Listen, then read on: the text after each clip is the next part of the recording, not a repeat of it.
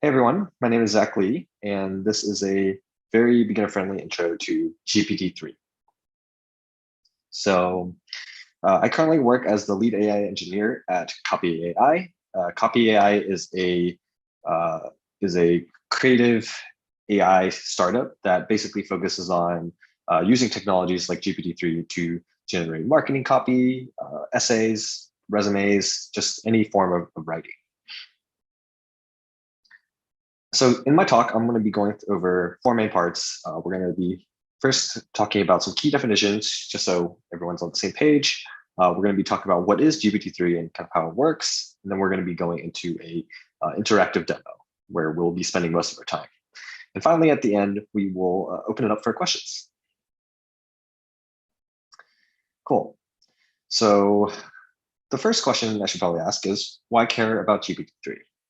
Well, GPT-3 allows anyone, even non-coders, to harness the power of one of the most powerful language models in the world, right? A very common issue for AI startups is not having enough data because, to collect a lot of data, you either one, have to have a product that is feeding in a lot of data, which obviously when you're starting out, you don't have, or you just have to have a lot of funding so you can basically buy your own data and then train your model.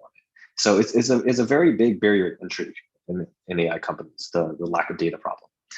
However, with GPT-3, you're basically just given an API where you can just make calls just as normal, and it will run a massive language model for you. So basically, you yourself don't have to worry about the training time, the latency. The API handles that all for you. So GPT-3 is created by OpenAI, which is probably one of the most cutting edge AI companies at the moment. So we'll go more on that in a sec.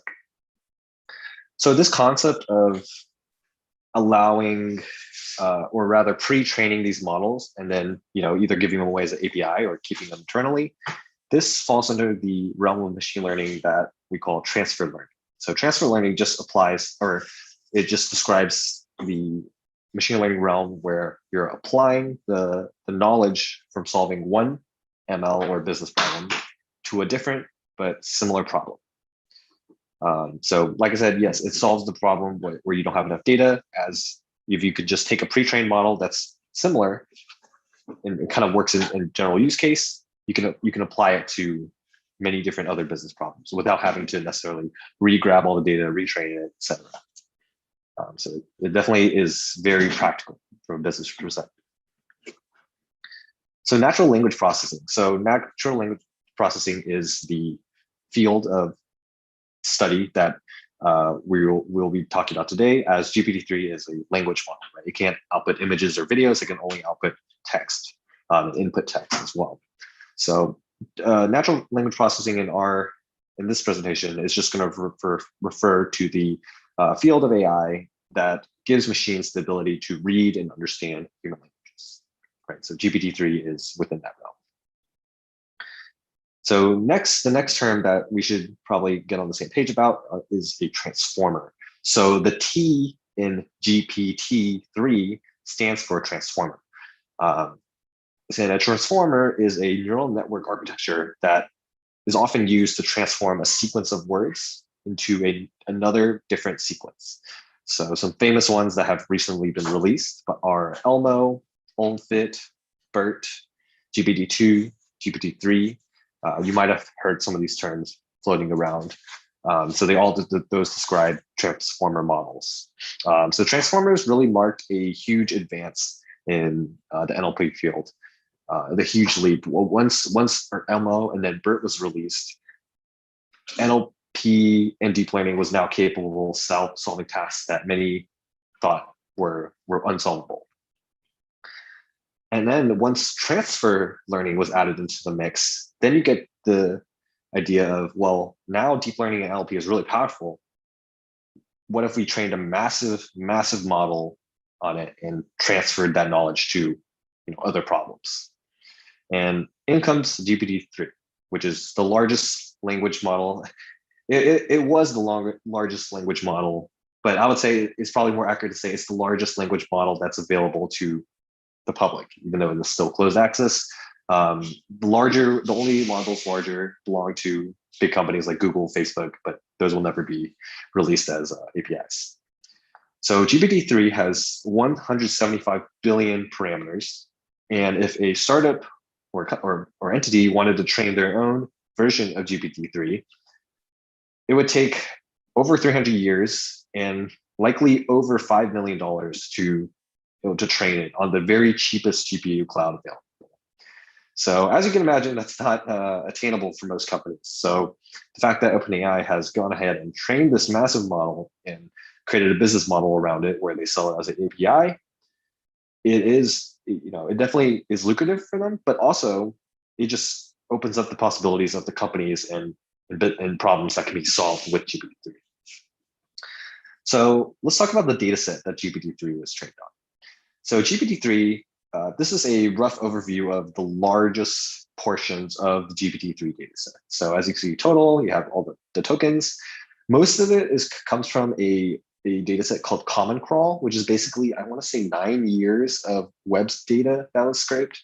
They basically scraped almost all the websites on the web for 9 years. That's what this data source is. You also have web text. You also have physical books that were transformed to digital format that was also fed in, as well as Wikipedia making up a smaller chunk of it as well.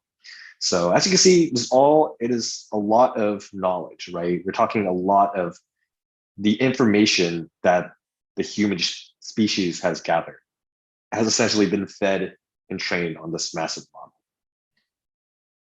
So yeah, to reiterate, the potential for NLP, especially now, has exploded recently with the release of BERT.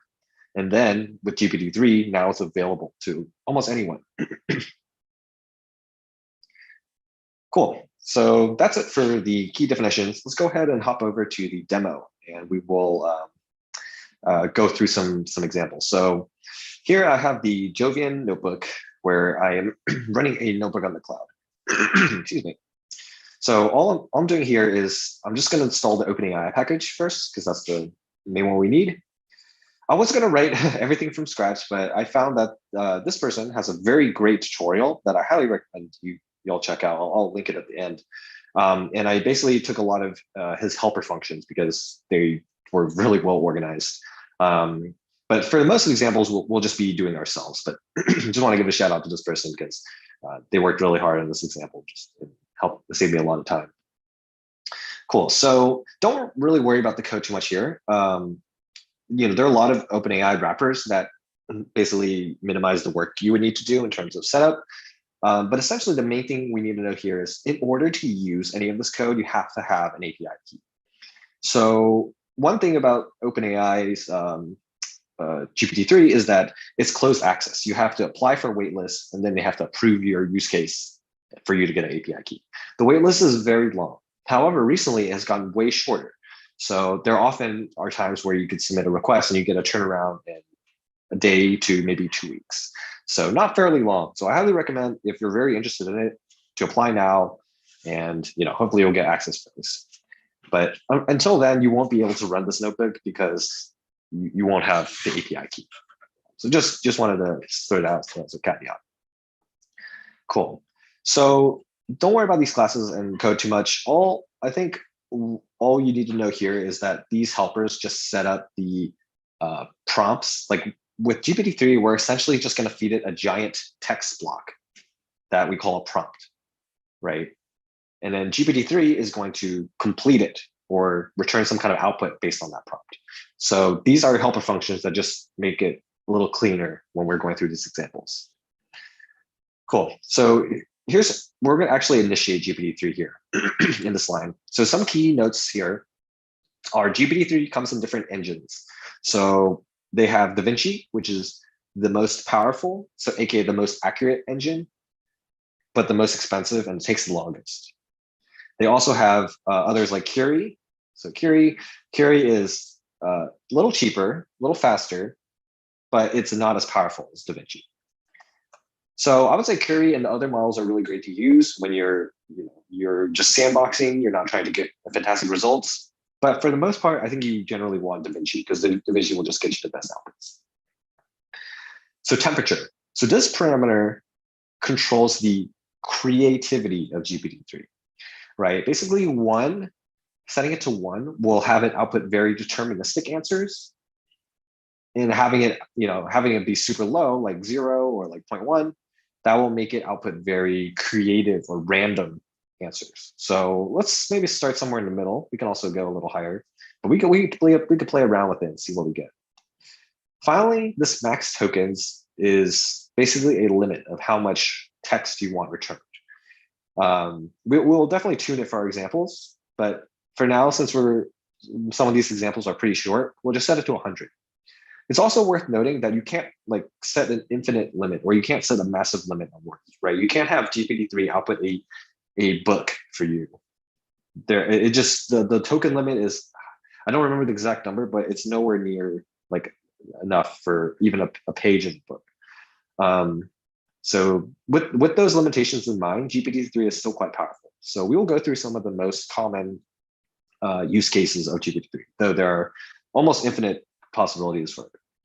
Okay, cool. So just to start off, I kind of pre-filled some of this code just to get us up and running a little faster. So in these lines, what we're doing here is we're adding examples to GPT-3. So adding examples into the text block that we feed it, it's going to give it some context. So here, I'm basically simulating a chatbot, right? So this is like the question, and then this is the answer. So in this example, let's pretend we're trying to train GPT-3 to be like a fitness tutor or a fitness coach, right? Where you would theoretically maybe ask these questions to your coach, and then they would respond with an answer, right? So how do I grow bigger biceps? Pull-ups, curls, rows are great exercises for that, right? So the same here. This is just some context information so that GPT-3 knows what to do. Notice that in this example, nowhere are we saying like, hey, like this AI is a fitness bot, right? Just by kind of adding these examples, GPT-3 will figure it out. So I added 2 examples here. And then finally, I'm going to submit my actual question. So this is basically what's stuck in at the very end of the prompt. And this is what GPT-3 will answer for us, right? Because GPT-3 is a completion API. You send it text and it completes it for you. So we're sending it a question and it's going to complete it with an answer. So let's go ahead and run these. Oops, actually, let's start this. All right, and then we'll press submit. Cool. So this is what we got as an output. So GPT-3 answered, "You'll need to eat well and do a lot of ab exercises," which is true. That is true for one way to get 6-pack abs. So as you can see, yeah, GPT-3 was actually, it answered it pretty convincingly, right? It's like, this is not the nonsense answer. And yeah, just with 2 examples, it was kind of able to figure out what we wanted to do. Cool. Let's move on. Let's move on to Q&A. This is a little bit more fun. Well, I guess this first one's also Q&A. Let's maybe merge these together. Let's do summarization next. Why not? All right. So summarization, we probably need some larger text paragraphs, but let's see. What can we do here? All right. So I'm going to add some examples here. So let's see. Trying to think of a good example I can copy and paste off the fly. It might be difficult. You know what? Let's do this. How about we first mess around with the chat a little bit more, because I think we can tune it a little bit, and then we can move on to some other examples, because I do need some. You probably need a type of an example for these. Cool. So one thing I want to try with this chat is, let's say I ask it like I don't know. Let's say I remove. Let's say I removed examples. How about that? Yeah. Let's see like what GPT-3 responds with if I don't actually add any prompts. So, oops. I'm gonna get this actually. There we go. All right. So reinstantialize it and the prompt. So let's see what it says without any kind of priming. So without any examples, essentially. It actually still performed pretty well, right? So this is what we call one-shot training. So one-shot meaning I'm only passing in basically like one line, and I'm not providing any examples. When you pass in examples, we call that few-shot training. So few shot training generally performs better, but sometimes one shot training can surprise you, right? Like if you can see the output here, maybe I can make it a little bigger. If you see the output here, let's see, the first thing you need to do is lose weight. You can't have abs if you're overweight. To lose weight, you need to eat less and exercise more. You can do this by eating more fruits and vegetables and by exercising more. You can exercise more by doing, all right, when you start reading it, you start to see that it's a little weird, right? It basically repeated the word, the phrase exercise more like 3 times in a row. It's probably not a very human answer, but the results are like not bad, right? Considering that we only provided one example. Right. So just as a rule of thumb, when you want good examples for GPT-3, you generally want to do few shot, right? You're just going to get better results most of the time. Cool. Let's go ahead and see how much. Okay, we're good on time. Let's go ahead and do some fun ones. Let's do product name generator. I think that could be fun. All right, gotta reinstantialize it again. All right, let's grab some examples. All right, so product name generator. Let's say, let's think of some examples we could feed it, right? That we basically want to pass in like something our company does, our imaginary company does, and it generates a name for us, right? So let's say a manufacturer of chips, computers, phones, tablets, and accessories. A manufacturer of premium chips, I should say. Premium. All right. Manufacturer of premium computers, phones, tablets, and accessories, and we're going to have it output Apple. Right? Why not? Okay, let's add some more examples. Let's say a manufacturer of, or rather, let's just put in I'm trying to think what happens. A social network focused around images. So Instagram. All right, cool. Yeah, two examples is good. We could probably add some more, but let's just do one more. All right, what's a good third product? Like Tesla, maybe. An electric car company, a premium Tesla. All right, cool. So we added these examples. Let's go ahead and get our output, or I guess first we have to add our prompt. So for our prompt, what kind of company name should we generate? Let's say a place to learn data science easily. So let's see what company name it generates for us. That's a real company. So that's unfortunately it's not a great answer because I would say that name is taken. That's funny. Let's rerun it. Well, it's saying data camp every time. Let's reinstantialize it, see if it gets something else. Interesting. So maybe it hasn't learned how to generate new names, right? Based on these examples, it's like it's answering with real companies, right? Maybe I should answer with fake names so it can generate names that don't exist, right? So that's actually interesting. That's one of the interesting things about GPT-3, right? It's not like, it's kind of like creative programming. Since you're feeding it like text, it's not quite quantitative. So sometimes GPT-3 picks up on things that you didn't expect it to pick up on. Because for programming, you very explicitly tell the computer to do something and it outputs it for you, right? For GPT-3, as you can see, that's not always the case. So let's make some parody names, if you will. So the manufacturer of, let's call it Pear. A social network focus around images, imageagram, I don't know, imagist, a premium electric car company. I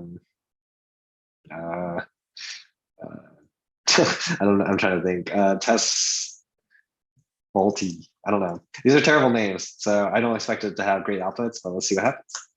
So hopefully this time it won't output data camp. Right now that it sees these are made up names. Okay, there we go. Data lore. Yeah, it's not terrible. I've heard worse. But yeah, so here you can see that you can kind of train it to generate creative ideas, right? You can kind of keep running this and keep generating new ideas. And yeah, it's pretty interesting. Let's try turning the temperature down a lot and make it even more creative. See if that helps. Datascience.com. Well, I mean, I'm sure that domain would be great if it wasn't taken already. All right, let's run it again. Data camp again. Yeah, so you see, sometimes it's still confused. It's still not 100% sure on what we want to do. So maybe by feeding more examples or playing around with the parameters, we get more better outputs. But as you can see, it's pretty interesting, right? It's pretty interesting that it can kind of generate names somewhat. Anyways, cool. So now let's see. Let's do English to Python. I would say that's probably one of the more fun examples to have to do. I mean, so let's go ahead and get that started. All right. So some of these examples I'm going to pull in. So let's go ahead and teach GPT-3 how to write code, specifically SQL. Let's teach you how to write SQL. So I'm pulling in some like pre-filled examples that I had for SQL. So here we're going to train it to translate English to a SQL statement. So in our example, we're going to pass in, okay, fetch unique values of department from the worker table, and then I reply with the answer, right? The SQL statement that basically does that. So let's add a bunch of these. Maybe we could also do like a print statement, or not print statement, sorry. Let's do, yeah, print the first 3 characters of first name from worker table. So you can use the substring function in SQL to do that. So we just use substring first name. Right. This part is just pulling in examples. This you don't have to worry about this too much. But one thing to know about the examples is that we want to make sure that they're accurate. Otherwise, if we feed inaccurate examples to GPT-3, it'll probably learn, or like, it'll infer like, oh, I should output incorrect answers, right? Which we probably don't want. Cool. I'm just adding a bunch of examples here, just a bunch of random code examples. Let's see, one more. Yeah. All right. Cool. So we just added a bunch of code examples. Now let's write our prompt. So let's see, what can we do here? Maybe display the lowest salary for the worker table. So here we're basically creating an imaginary table called worker, where it's just a bunch of workers at a company. So the data model kind of fits that. So let's see if it knows how to output. How does it reduce? How does it return the minimal value for salary? That's basically what we're looking for. All right. So GPT submit, and then let's just print choices. So like output choices. I think it's .text, right? Choices 0 text. Yep. Alrighty, let's see what happens. It worked. Let's think of some other commands we can get it to do. How about group by? I'm interested if this will work. This is kind of vague, right? I wanted to group the workers by their salary bands. Will that work? I don't know. Group. Let's see. How can we say that? Group the worker table by their salary bands. This is a little harder, so I'm interested in seeing what it'll output.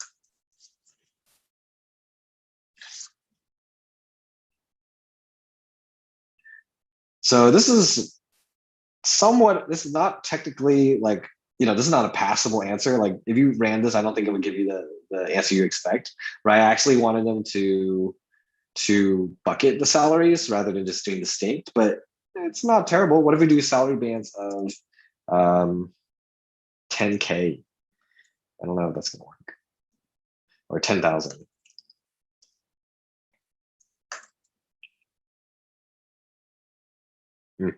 Yeah, it's probably not super clear command. Let's give it something a little bit more clear. Join the worker table or actually, how about this? Sum the salaries of employees working in the department sales.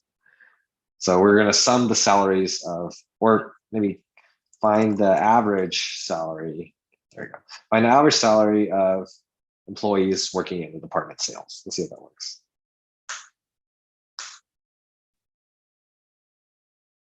All right. That works. That's a simple answer, right? So we essentially made something you can just type in English and it will output a something's not always 100% correct, but most of the time it's accurate. The SQL outputs. So cool. All right, let's have it generate some more stuff. Let's see what else can I do.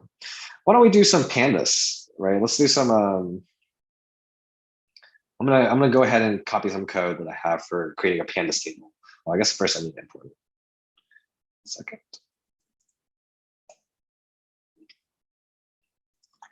That's PD. That's MP. I think these are installed already. Yep.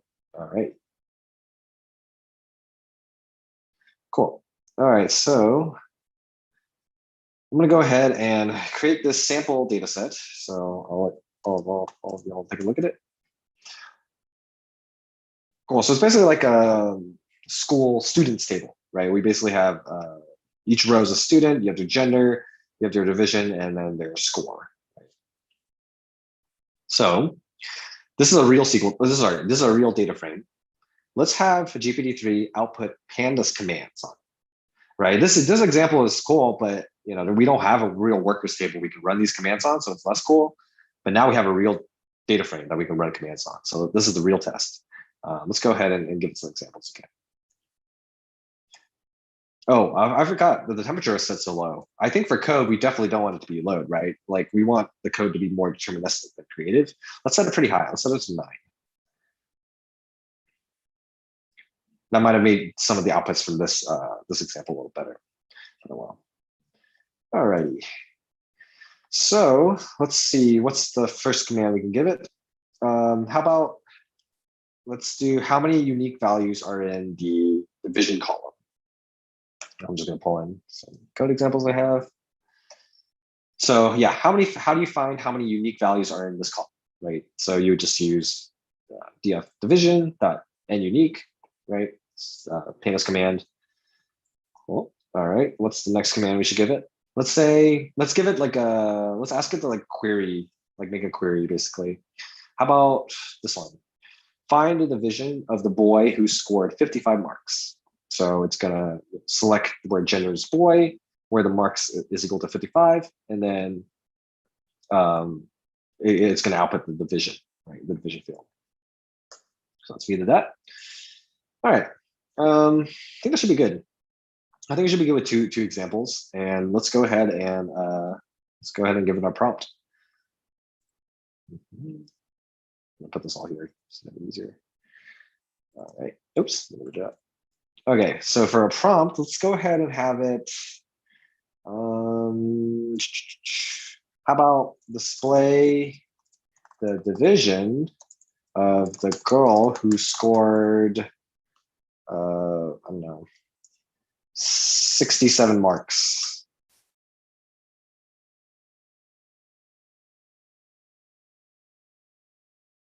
All right. Cool. So it gives us this command. Let's go ahead and copy and paste it in our notebook. Right. We remember we have our data frame defined. Oh, didn't quite work. Do we even have one? No, we don't even have a girl with 67. That's probably why. How about we make it output the division of the girl who scored 55? I think we do have that.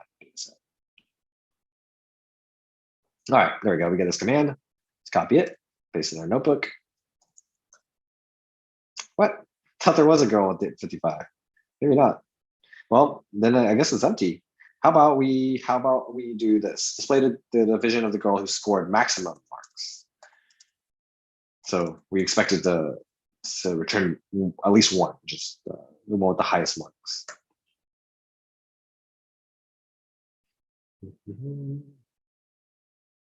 That's funny that it outputted some pandas like stuff too.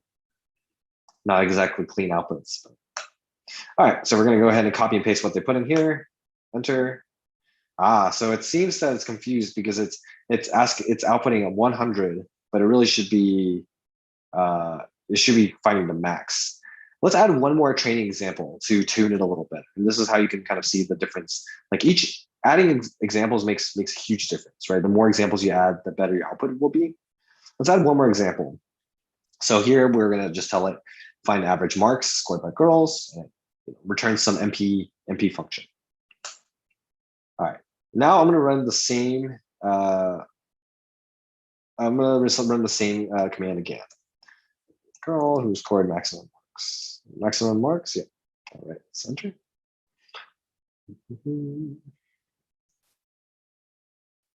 All right, let's see what it gets. Oh.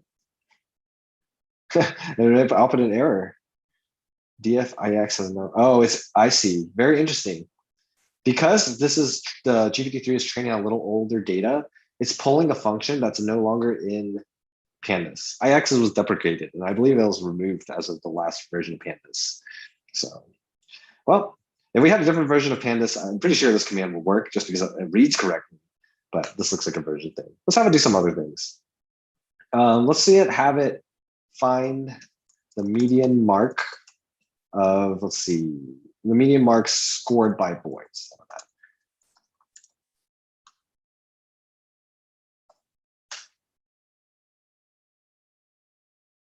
Okay. MP median. Yeah, this looks right. This looks right. Let's see if it works. And it actually worked. Yeah, this is actually the median command of genders. Boy, marks. Yeah, that's right. Sweet. Finally got the right answer. Cool. What else can we have it do? Find the, oh no. I'm trying to look at my data set.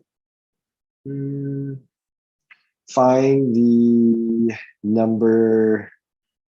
I'm interested in seeing if we could do a distribution or like the value counts. Find the value counts in the division column, maybe. Find the unique values and counts, or unique values from the division column.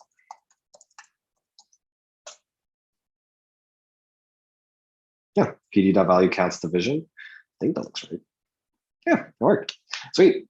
All right, so I guess that adding that one example really did make a difference, right? Like before I added it, it wasn't getting me really great outputs, but after it, the output quality became significantly better. So very interesting. And that's one of the cool things about working with GPT-3. It just surprises you. It's just one of those. It's kind of like no other programming interface I've worked with in the past. It rewards you for being creative essentially and iterating and experimenting a lot. So the more time you spend with it, messing around with the different outputs and getting to know its behaviors, the more you're rewarded, I think. Cool.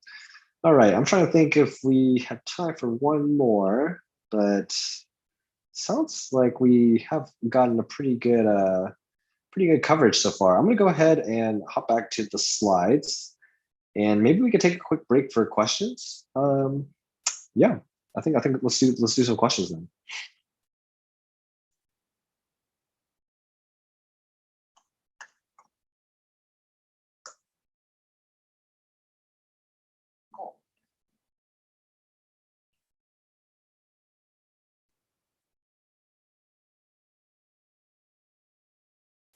So I'm just going through the chat right now, seeing the questions.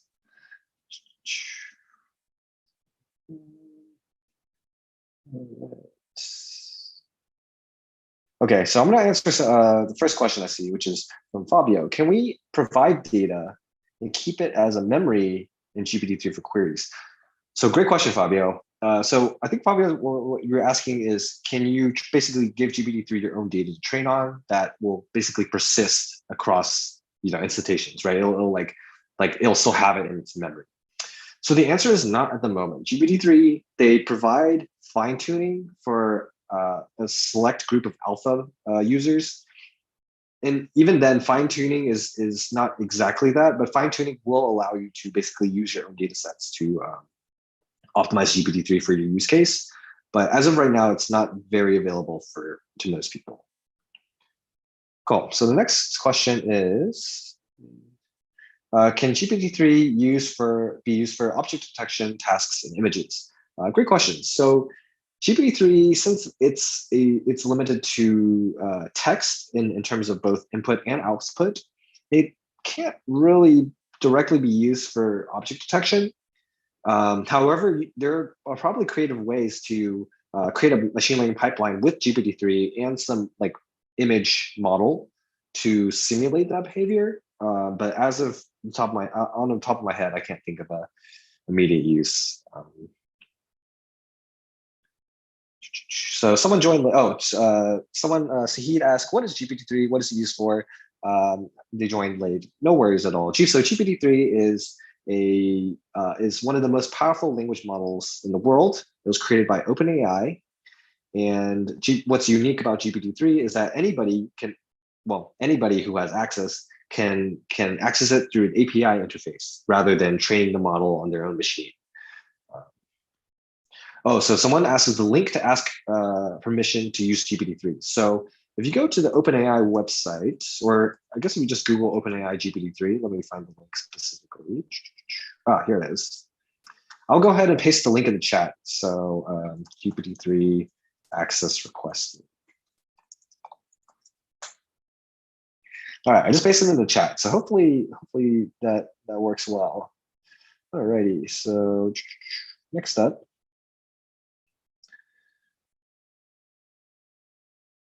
Is this really working with just, okay, so Ankit asked, is this really working with just 2 or 3 examples? How does it work? I mean, does it require all those neural networks or any algorithms? Great question, Ankit. So I guess the question is like, how is it that we're able to just feed in 2 or 3 examples to GPT-3 and it's able to do all these different things? Well, because GPT-3 is such a massive language model that's trained on such a large breadth of human knowledge that it's able to form these connections between the words that we output it and what we expect to see. So basically, we feed it some text, it does a bunch of math, calculates what's likely to be outputted next based on the text that's been given, and then returns it. I mean, that's probably a very high-level overview of it, but don't want to get too nitty-gritty. Oh, someone's actually said DataLore actually exists. Oops, sorry about that. I didn't know DataLore is a real company, but I guess they took the name. Swash asks, when will GPT-4 be out? I don't know yet, but it will be soon. I don't know. That's a good question. It's probably in the next 1-2 years, but yeah, it's definitely coming. Bobby asks, please, could you give an example of applying GPT-3 as a SaaS other than generating answers in chat? Is it possible to process entire workflows or something? It seems amazing at the same time tricky. Yeah, great question.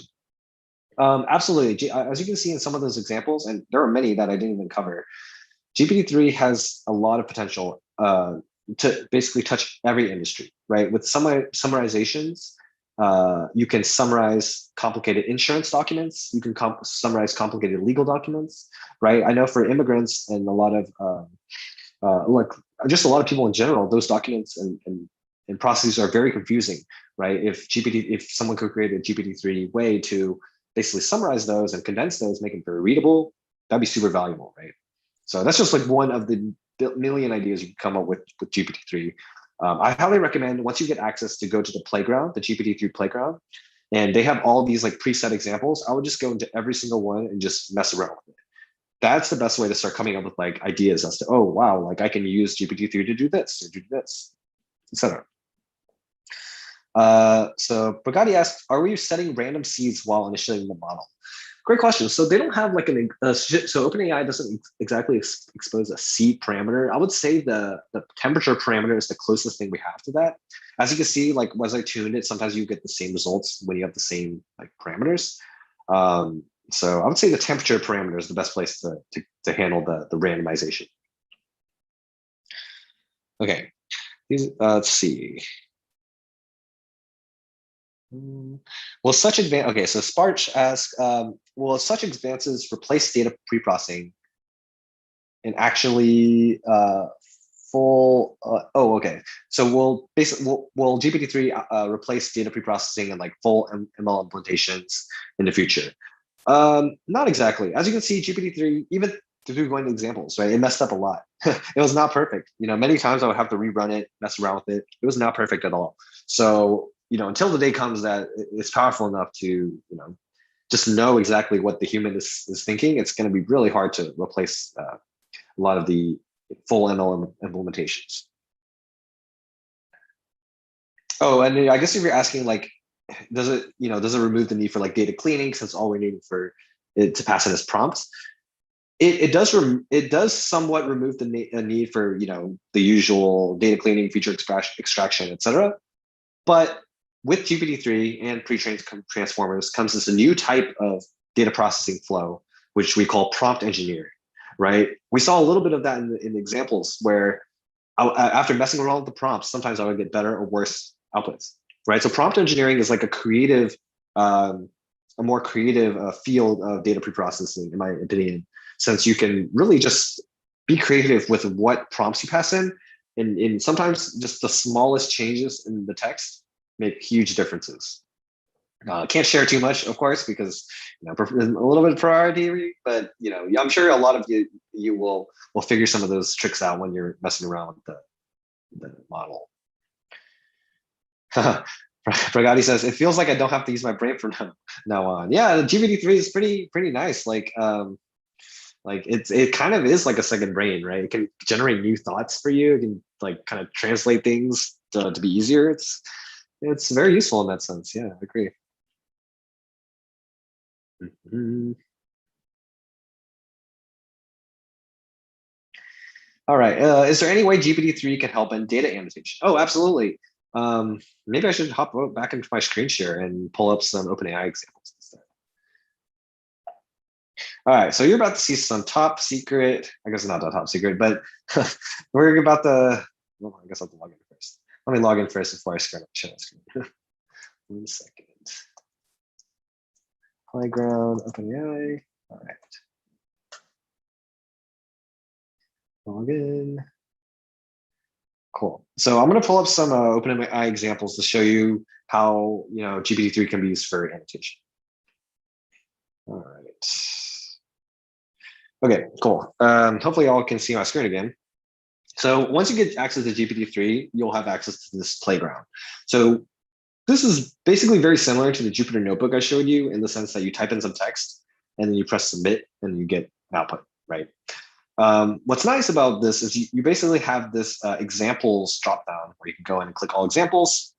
And these are all, not all, sorry, these are just a lot of the uses of GPT-3. We went through some of them, the chat Q&A, right? We did like a text to command. We didn't do the summarization. But in terms of going back to your question about annotation, we can use classification, right? With classification, you have GPT-3 classify text for you. So here's an example. So here's the prompt that GPT-3 passes in, or sorry, that OpenAI prompts you with.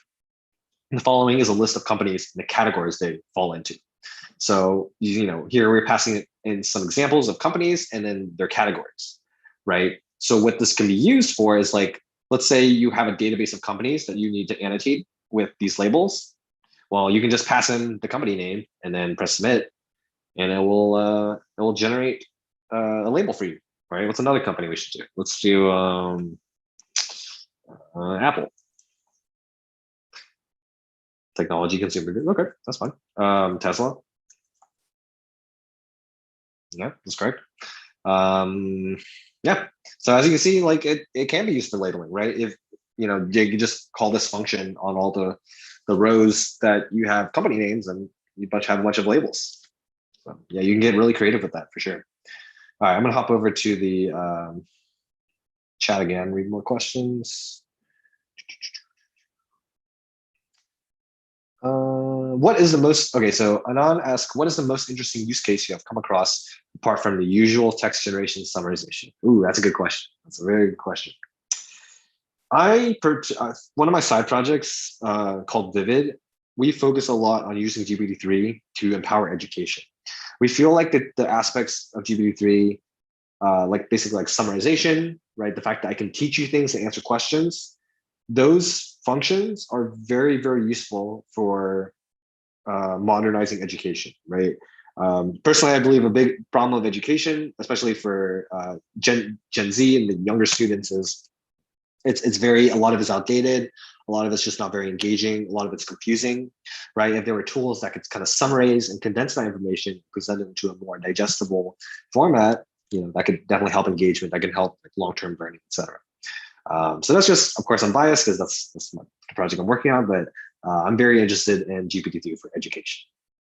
I mean, GPT-3 is useful in basically almost all industries. Pavan asks, can we use GPT-3 to classify tweets? You're in luck, Pavan, because there's actually a demo on the GPT-3 Playground where you can do that.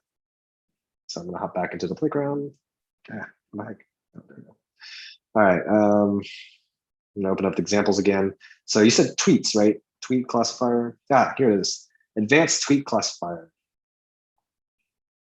So this is a example of using GPT-3 for sentiment analysis. So sentiment analysis, for those that don't know, is like, given this text, what's the sentiment of it? Is it negative? Is it positive? Etc. So here in this prompt, where they're passing in, they're sending the titles, tweet text. They're just passing in some tweets. Right? I can't stay at homework. This sucks. I can't wait for Halloween. Right? This is negative, negative, positive, positive, negative. And let's see what it outputs with its sentiment ratings. Negative, negative, positive, positive, negative. Perfect. That's exactly what I believed as well. So yes, to answer your question, it can be used to classify tweets, and you can do just much more with sentiment analysis. This is just like the pre-filled example. All right, let me hop back here. Okay. Can it complete partial chest X-ray? GPT-3, I guess I'm like thinking in like the field of radiology. GPT-3 definitely has uses in radiology, but for actual like image processing, I don't know. I feel like that's tricky. OpenAI is developing something that it will be very useful for that, but it is different from GPT-3. Anil asks, what is the best available transformer for text classification because of the waiting list of GPT-3? That's a great question. That's kind of tough to answer because, just in terms of performance, it's really hard to match things up with GPT-3, right? Like there's GPT-Neo, which is an open source version of GPT-3. And there's also GPT-2, which is the previous version of GPT-3. That's actually open source, so anybody can kind of download that and run. So if you're looking to spin it up yourself, GPT-Neo and GPT-2, but those two are pretty hard to use in actual applications because you have to kind of spin up your own infrastructure. There are other companies coming out that are competing with OpenAI, but their products haven't been fully released yet. So at this moment, there's no exact competitor to GPT-3. It's just like you can mess around with other transformers. It's just you have to run them locally, essentially. Romana asks, is there a way to try GPT-3 without the OpenAI key? Unfortunately, not. But people do say like products like copy.ai and AI Dungeon since they're like interfaces on top of GPT-3, it's kind of like you're interacting with GPT-3. It's just like through another layer. So I would say, try copy.ai. That's probably the fastest way to kind of touch it and get it to generate stuff. But unfortunately, yeah, I think you need an OpenAI key. Alrighty, let's see. Will GPT-3 be open source at some point? I can't speak for OpenAI. I don't work for OpenAI. I don't represent OpenAI. So I don't know. Though I will say it's very unlikely, just because they know how powerful GPT-3 is. Right? GPT-3 can be used for all sorts of negative things as well. Fake news articles, fake reviews, fake everything. Right? Like GPT-3 is very convincing at sounding human. So you could easily create a lot of fake and harmful content and stuff like that. So I would say they probably never will open source it just because they know it's going to be extremely dangerous for society. So I assume that's why they're doing this waitlist. Can it be used to solve scientific problems? Oh yeah, absolutely. I mean, I don't know if it can solve anything that hasn't been solved before, but it can help you break down scientific problems if you're trying to learn them as a student.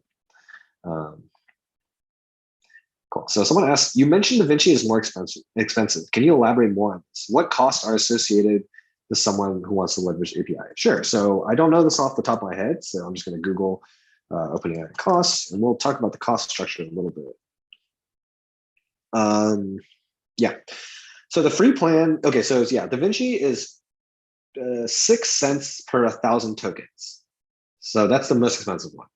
The cheapest is it's like less than a cent, essentially. It's like 0.0008. So it's less than a cent per 1K tokens. So DaVinci is way more expensive than the fastest model or the cheapest model.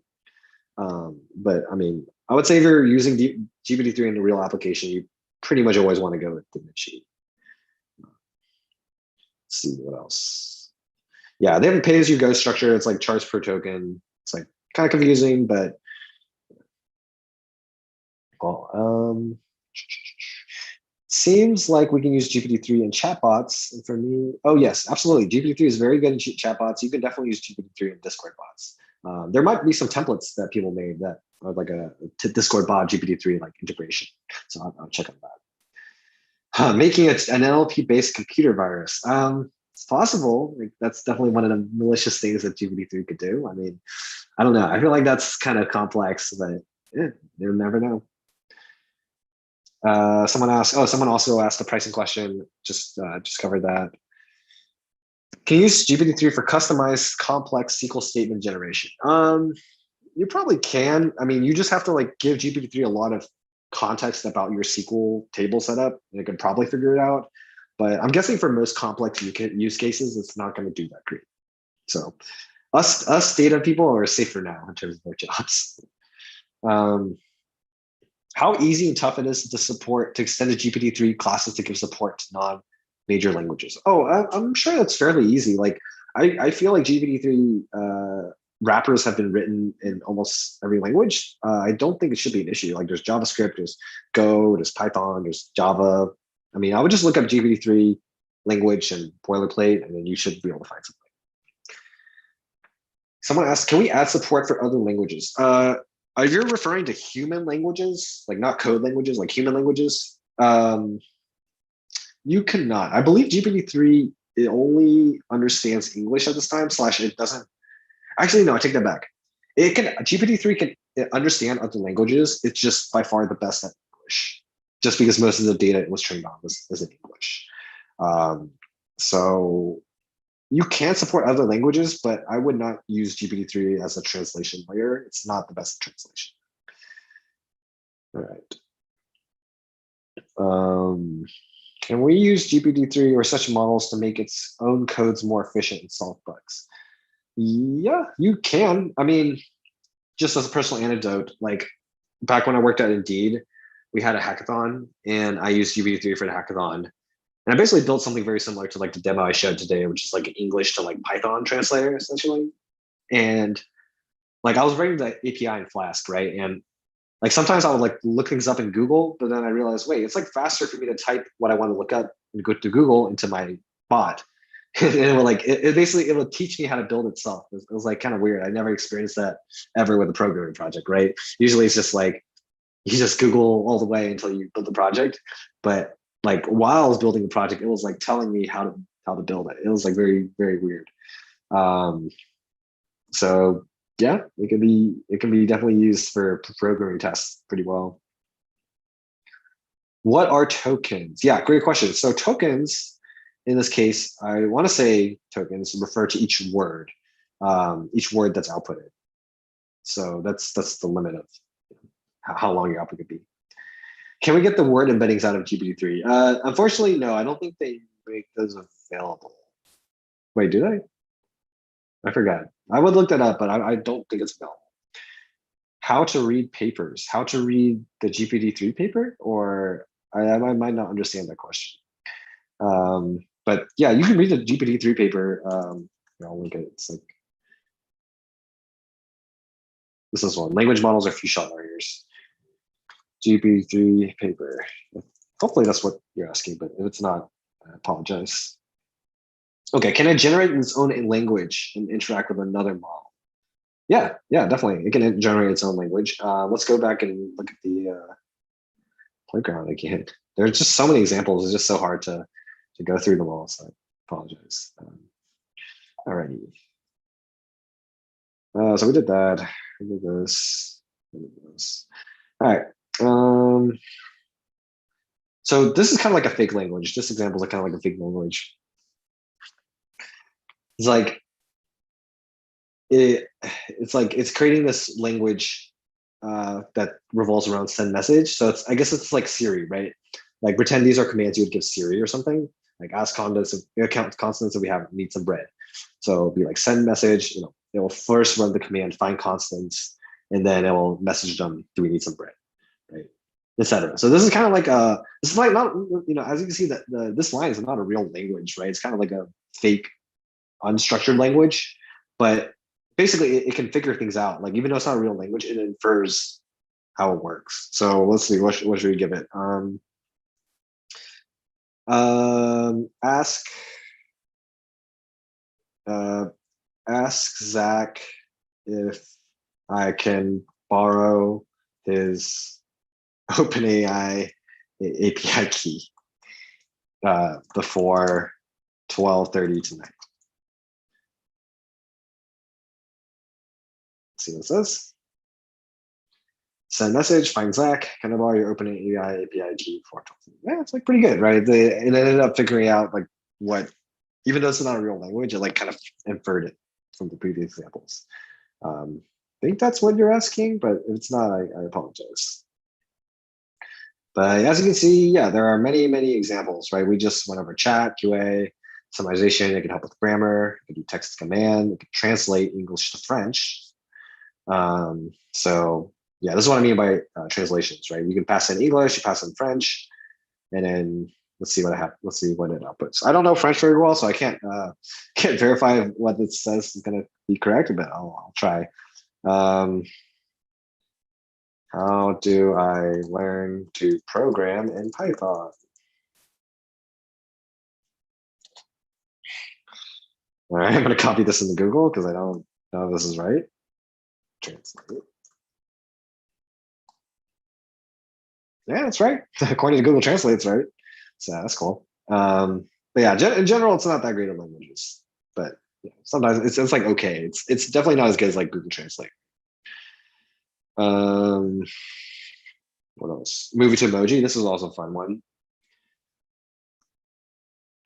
Like this is kind of like a more creative one, right? Like Back to the Future is like an old man, a young boy, car, time, just random emojis.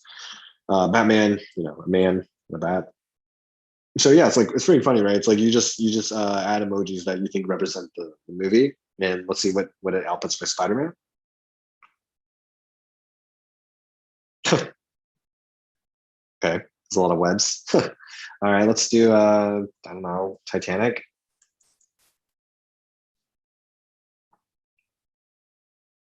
It's outputting a lot of boats. But yeah, I mean, yeah, it's generally right, right? Titanic's moved about a boat. I'm trying to think of other movies. Shrek. That's Shrek. Very weird. I can't actually tell what animal that is, but I want to say that's not really what Shrek's about. Anywho, as you can see, it's like, okay, that movie to emojis, but it's just like a fun example. Keyword extraction, like this is a useful one, right? Like if you pass in like a bunch of text, like a large paragraph, and you ask it to extract keywords. So this is a large text about the Native American ceramics. It's, oh, I see. It's like yeah, it's just like a paragraph about Native American ceramics. Oops, I forgot to. There you go. So here are the keywords that I found: New Mexico, Pueblo Indians, pottery, blackware. Yep, that right? And also note this was the one shot, right? We didn't pass an example of this before. It just kind of like figured it out. So they're pretty good. They're pretty good.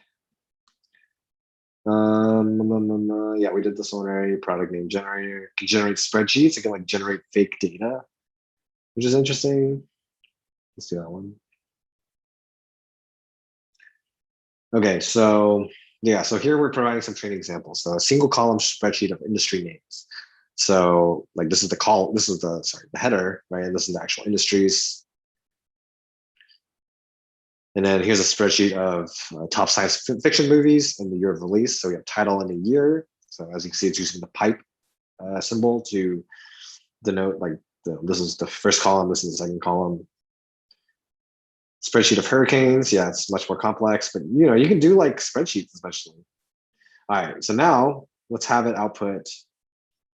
Let's have it output a two-column spreadsheet of computer languages and their difficulty level.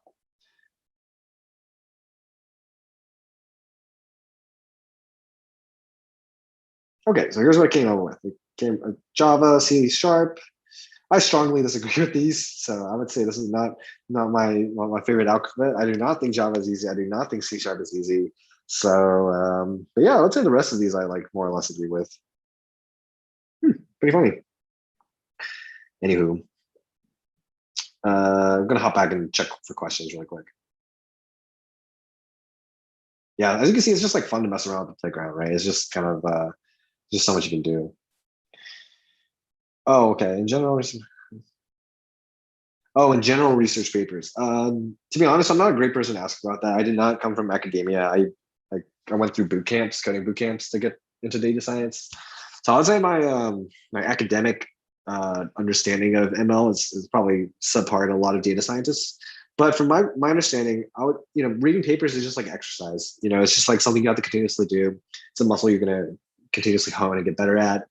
I would just say, definitely just focusing on the abstract, the conclusion. Obviously, those are the main takeaways, and then just try to go through each the methodology paragraphs and try to relate how it or try to understand how it relates back to the abstract. That's kind of like the framework I use, but like I said, I'm not the best person to ask about that. Is it based on attention models? Yes, it is based on attention models. So there's this great paper called "Attention is All You Need" that kind of kicked off a lot of these things about BERT, GPT-3. So I highly recommend attention. Okay, so how does AI Dungeon's Dragon model work as compared to GPT-3? That's a great question. So don't exactly know how AI Dungeon works under the hood, but from my knowledge, Dragon is just a wrapper on top of DaVinci or another GPT-3 instance. I think they add their own logic on top of it, but Dragon is like largely powered by GPT-3. I believe they have this other model that's powered by GPT-2, which is like the free version, right? Like if you don't pay for AI Dungeon, you get like the GPT-2 model, and then if you pay, you get like the GPT-3 more powerful model. I think that's how it works. Don't know if they changed it recently, but yeah. How long does it take to be proficient in data science? So that's a really tough question, right? Like, proficient means so many things for different people. I wouldn't even say I'm like proficient in data science. I mean, I just feel like I'm eternally studying it, right? I'm just always learning new things. Um, so it really depends. But data science is definitely one of those fields that it can take 1 to maybe four years to go from beginner to like competent enough that you can apply it to your own business problems or like whatever business problem. I don't know. That's not a very I can't really give a very straightforward answer to that question because everyone is different. But definitely at least 6 months. I guess is a safe answer. But like I said, data science is just something you can kind of study forever. Cool. I think that's all the questions. Let me go through and make sure I didn't miss anything.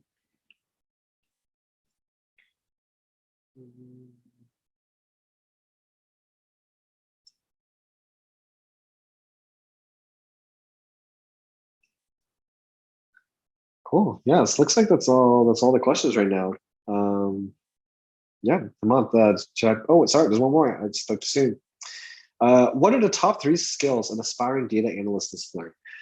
So that's a great question. I think number one, I would say the number one most important skill for data analysis that I say a lot of people don't recognize for some reason is communication far and away. Right? Data is just a tool that humans came up with to kind of describe the world better and to, if you're going to be using data for real world problems, chances are you're going to be doing a lot of communicating, right? This involves communicating with your stakeholders, so like the people who have asked you to do the data analysis work, and then so yeah, like basically communicating all the way from figuring out what they want all the way to communicating the data that they and graphs that they're looking for, right? So it's just a lot of communication. Second skill, I would say, is definitely Python.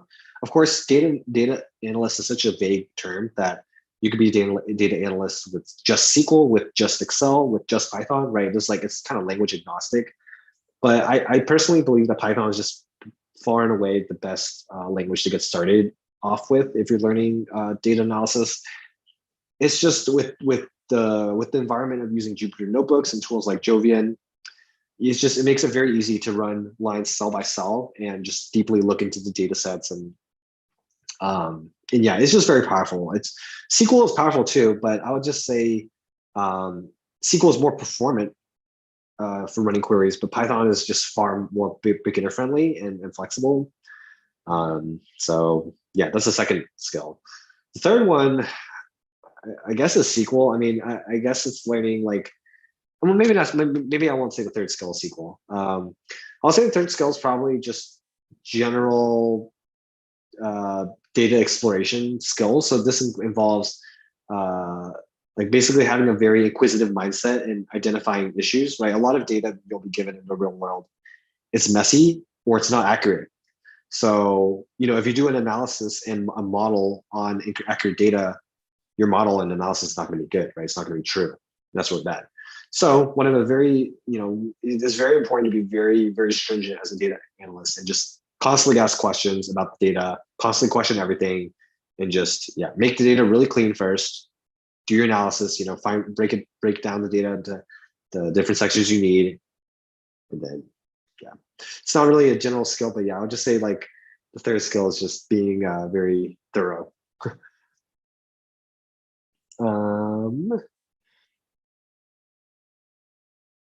Data science learning path. What are they? Oh, that's a great question. Great question. I can't really say, there's many different learning paths for data science, and it really depends on where you're starting, right? Like for me, because I started as a programmer, I didn't really have to spend as much time learning programming. I just kind of could dive right into the math stuff. But I would say the general learning path is you want to learn Python or a programming language, preferably Python. Learn Python, learn basic statistics, a little bit of linear algebra, mainly just like matrix multiplications, but really just statistics. Make sure you really deeply understand statistics and probability. After that, I would just start really focusing on learning linear regression, right? Linear regression is the core of data analysis and like machine learning. So learning linear regression, then logistic regression, and then clustering model like with random forests, and then yeah, there's just so many learning paths. Hard to say, but that path will get you started. Like basically, once you go to logistic regression and then like random forests, that'll give you a pretty good introduction to classical ML. But then there's so much more. Like then the path, it just diverges into so many areas, right? You can study neural networks if you want to learn more about deep learning, right? You could study reinforcement learning if you are interested in technologies like self-driving cars or like game AIs, stuff like that. Data science is just such a huge field. It's hard for me to narrow it down. In general, for resources, Jovian has many amazing paths. Yeah, there's a couple others as well, but that's how I would do it if I were to start over today. Oh, perfect. Someone linked the data science learning roadmap. Yep, exactly. Yeah, that's a good place to start. How do you see dashboards in the future? Good question. Ideally, I'd love them to be holograms. If that's what you're asking. I don't know how far in the future we're talking about, but it would be cool to have like a dashboard hologram. But my serious answer for dashboards in the future is, I don't know. I mean, I don't know if dashboarding itself as a technology is going to change a lot. I think a lot of the change will probably be in just the AI space, right? Like there's just going to be way more money, businesses and people looking to move into the AI data science space, and there's basically a huge need for more data scientists, more data analysts, more data engineers, right? Everywhere the world needs more of those. And yeah, I don't know. For dashboarding specifically, I would just say I don't know. It's hard for me to say where what the future of it holds, but what I do foresee is like coders, like programmers, will be less important for creating dashboards as tools like Looker, Tableau, etc. Like as those tools get more powerful, like it'll be less needed for programmers to create those visualizations. Um, but yeah, so that's one aspect is like the tablet, like no code visualization tools are going to be more powerful. And the second thing is 3D visualizations and multi-dimensional visualizations will probably be more popular as people get more knowledgeable on them. As you can visualize some very interesting things that you would never be able to visualize if it was just limited to 2D. So I don't know if that's the future, but probably will be. Do I think another AI winter is coming? Do we have an AI winter? I mean, yeah, I know people talk about that. I don't know like what period of time that really corresponds to like the first AI winter, but I mean, I'm sure like I don't know. I can't these futuristic questions. Like I like no one can predict the future. Like no one has any basis of like predicting probability of like these future macro events. But in general, like where I see the trend of AI going is, right now with the advent of transfer learning and models like GPT-3, there's going to be more models like GPT-3 that will be coming out. And off of GPT-3 alone, you're going to have like, millions to billions of dollars of company value created. So I can only imagine that's going to just shoot up exponentially as more models and more powerful models get released. So I would say, I don't know, it's the AI winter. I could see like the biggest threat obviously is like, I shouldn't say threat. I think government intervention is needed at some point, but let's say, the United States and like India and like China, like basically a lot of the world's most powerful governments, if they imposed very strict restrictions or very, very strict restrictions and like bans on the use of ML and AI for tech companies, that would be, like a black swan event that, could lead to a massive drop in valuations, a massive drop in like people wanting to get into AI. But that's probably that sounds unlikely when I say it, but that's probably the one scenario I could see that would really cause like AI to, crash as an industry. But I don't know. I just think the very nature of AI, like because now we have AI that can, most of the capital that companies raise is spent on workforce, right? And if AI, even for just like some industries, can automate large parts of the workforce, it's a no-brainer that those companies will become very rich, right? Because you're essentially reducing the cost of labor to something near zero, right? As you scale automation and AI. So I think just the very nature of the fact that AI can automate human labor means that it's very unlikely AI will like sizzle out. I mean, AI has already kind of begun to take over many industries, and right now is kind of like the crucial time to see what industries get automated away first. Yeah.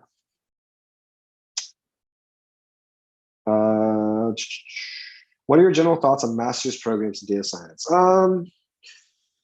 Once again, I'm not the best person to ask about this. I don't have a lot of academic knowledge of data science in terms of like getting a master's, but I would say like in general, I don't know. Sounds very biased, I guess, but I'm not a big fan of like. There are master's programs for data science that are very good, but the majority of them, I haven't been super impressed with their curriculum. Like they say data science, but when you look at what they teach, it's more like data analysis or like business intelligence, and it's usually very like they have some outdated technologies in there. So that's just a problem with academia in general, right? It always kind of like lags behind a little bit. And in a field like data science, where literally new models are like coming out every year, I feel like it's not great to be, to fall behind in that aspect. So I don't know. I guess if I were to start over today, for data science, I would just always choose bootcamp as my route. Bootcamp or like online course. Yeah. Unless it's there are master's programs that are very good. So I don't want to make this a general statement saying all master's mid science programs are bad. I'm just saying the ones I've seen, I don't know. I just don't feel like their curriculums are very representative of modern data science. Pragati says, I'm a data scientist, but most of my time goes into data engineering and implementation of the already existing libraries. How is your experience with data science? Do you get to do research option often? Yes, that's a very good point. Yes, I am with you. I also spend most of my time on the actual data engineering and kind of like the ML ops side of things. I do dedicate some time to research, maybe like 20% of my time to research, and then 80% being kind of like all the other data tasks. But yeah, I mean, doing that, that's just definitely, I think, just the nature of data science. We would love to do research all day, but very few data science positions allow us to do that. But that's okay. What are your favorite books on data science AI? Something that one can use to self-teach. Yeah, great question. There are a lot of great books on AI. Like O'Reilly has a lot of good like intro to AI books with Python. I would start there. So like if you look up O'Reilly like data science, you'll see a ton of great results just from that one search. Um, that's like the first one I can think of off the top of my mind. That's probably where I would start. That's like a very good beginner introduction. Um, yeah. Let me see if I can find it actually. So here it is.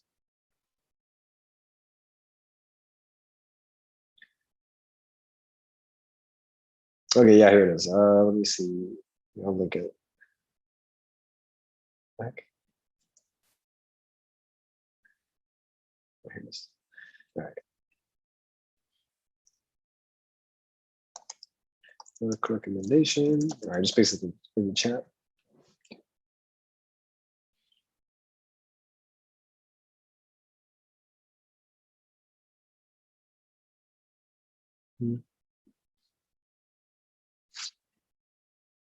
Cool. Yeah, any more questions? Do we looks like we've just running out of time here. But yeah, just maybe open it for a few more questions if anybody has them. Sure. I'll also go back and make sure I didn't miss any.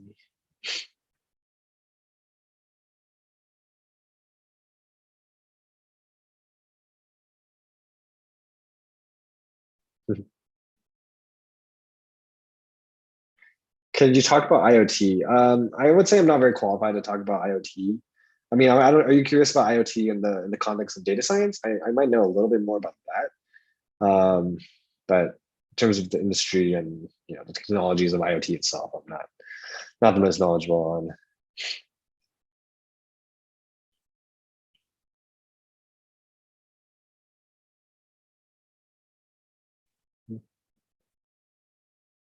Oh wait, I forgot to wait. No. Did I link you all the OpenAI waitlist sign up? I might have done that. I'll just put it again just in case. OpenAI waitlist.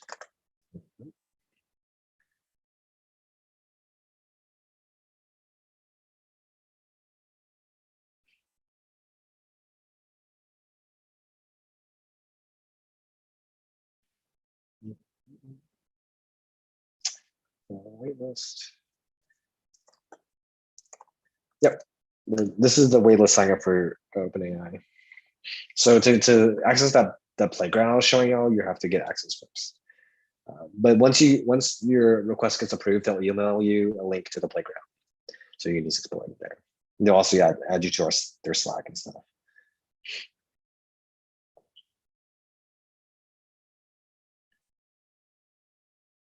Cool. All right.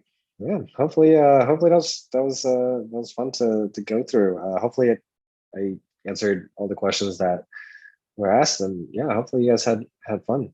It's always fun messing around with GPT-3. You just never know what's going to output, which makes it a little stressful from a demo side, but it was fun. Cool. Um, yeah, Hemant, I can turn it back over to you.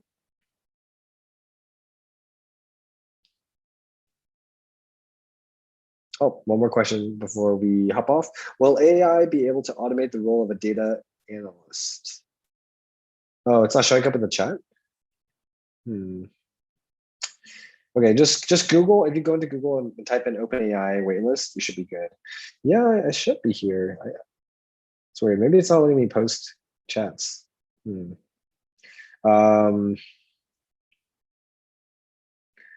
No worries. Well, let me answer this question really quick. Will AI be able to automate the role of a data analyst? From the examples that we saw today, you can see that it's getting there, right? You can start like, a lot of what data analysis work is like the stakeholder or whatever will tell you to pull some data or like pull up a visualization, and you run some code and you write some code that does it. But if GPT-3 can just like, cut out the middleman and directly output the graph or data you want, it can automate a lot of parts of data analysis, surely. But I would say we're safe for now, probably for another year at least. Can we make a voice assistant based upon persona? Yes, yes. People are actually making like voice layers on top of GPT-3, where they have GPT-3 like output actual text, and then they have another like voice AI layer that turns that text into like, the human voice. So yeah, you can create like a very convincing human by combining a GPT-3 layer as well as some like AI audio layer. And yeah, so for this is one. Okay, cool. Haman says, yeah, I think we're gonna wrap up here. But yeah, once again, if you weren't able to see the links that I posted in the chat, just Google OpenAI. Just if you just go to OpenAI, like Google OpenAI and the GPT-3 waitlist, it'll be the first thing that comes up. It should be pretty high profile. Cool. I think that's all the time we have. Thank you everyone. It was really great to meet you all and chat with you all. And yeah, I'll see y'all soon. Hope you all get access very soon as well.